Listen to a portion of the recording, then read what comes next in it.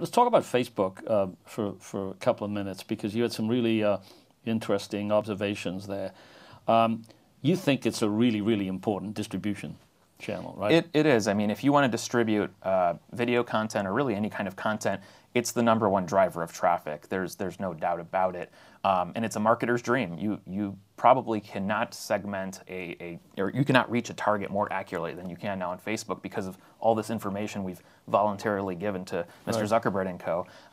But from a consumer standpoint, there is that careful balance that we have to maintain.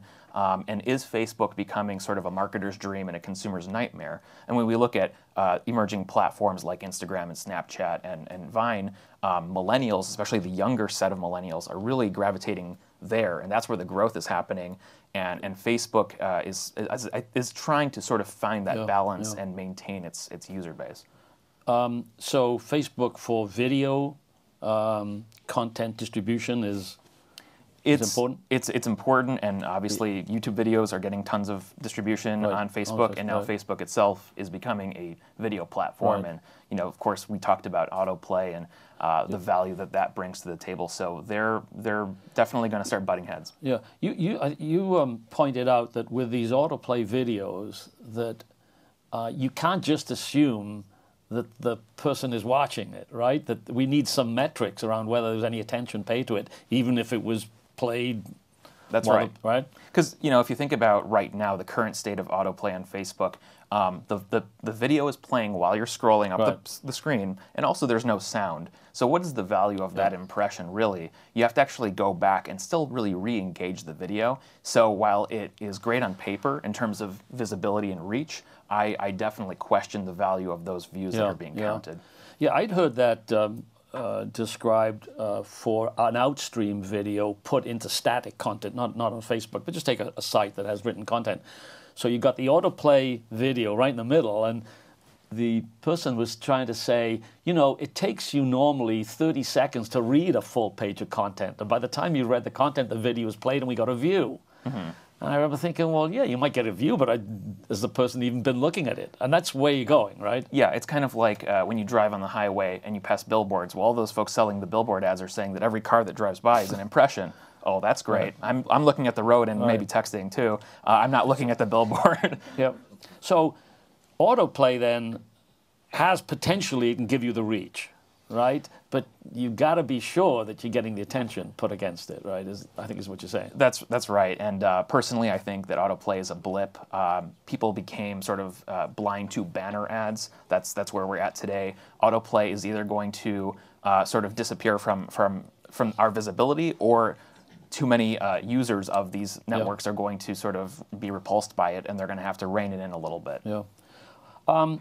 Going back to Facebook, you had some interesting observations on how advertisers are using their fan base on Facebook today versus doing their own CRM initiatives. Yeah, in many ways, Facebook fans, they've lost some value just because now when you, as a brand, post content to Facebook, not all of your fans are going to see it. Maybe 1 or 5% of your fans are actually going to see it without paying. In the newsfeed, right? That's right. So an organic distribution versus a paid.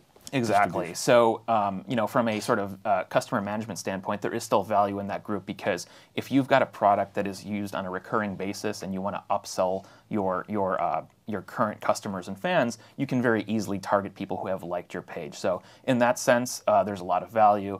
On the other hand, many brands have invested quite a bit of money in building that fan base on Facebook, and unfortunately, unless they continue to keep pumping in money, they're not going to get much value out of them. Yeah, I remember we had found in our ComScore data that when you look at people who signed up as a fan of a brand, the vast majority of them never went back to the fan page. Right? It was then up to the marketer to reach them through the newsfeed, because by signing up as a fan, they were giving them permission, to do that. Now I think what you're saying is that the pressure is really on doing that through paid. That's right. Communication. Nowadays, you'd be better off having 50 fans on Facebook and just spending enough money on a particular piece of content so you can still reach 100 million people even if you have 50 fans on Facebook. Right, right. So is Facebook something that fits in, I would imagine the answer is yes to what I'm about to ask you, fits into a global communication strategy very well? Absolutely, because of the segmentation and targeting, it is a great ad platform and a great way to reach millions of people around the world. Do you think it's better than what you can buy in a targeting sense on the exchanges when you're buying a specific audience? Yes, I do. There's a lot more data that is pulled in for every particular user, and it's just easy to scale. Yeah. You don't want to have to work with 100 different exchanges. You go to Facebook, say I have X amount of money, please let me spend it very quickly and effectively. Yeah, and I think, you know, what we've seen is that the quality of their data far surpasses what you would typically get with a cookie-based targeting, right? You're seeing that as well. Yeah, absolutely. An impression, you know, you might have their location, you might have a couple of items if they're signed into a particular social network, but Facebook has created sort of the most vast and robust data of any platform. And now they're going to have the ability to track an individual user across platforms, right? If you allow it, yes. And you know, Facebook Mobile is a big piece of their business. It's actually the majority of usage now. So they're going to be integrating payments. So there will be a connection to e-commerce.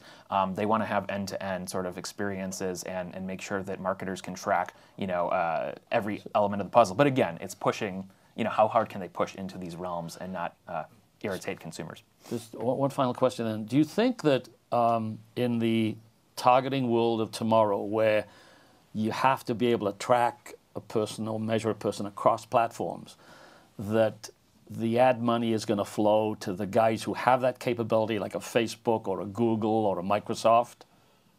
Yes, absolutely. And as technology helps us connect the bridge between advertising and in-store experiences with things like Apple Pay and near-field communication, absolutely, because I think marketers are going to want to spend, instead of spending their money on sort of brute force impressions, they'd rather really focus on what they know is working and just multiply those out. So yes, absolutely, they will move their money to sort of where the dots are connected.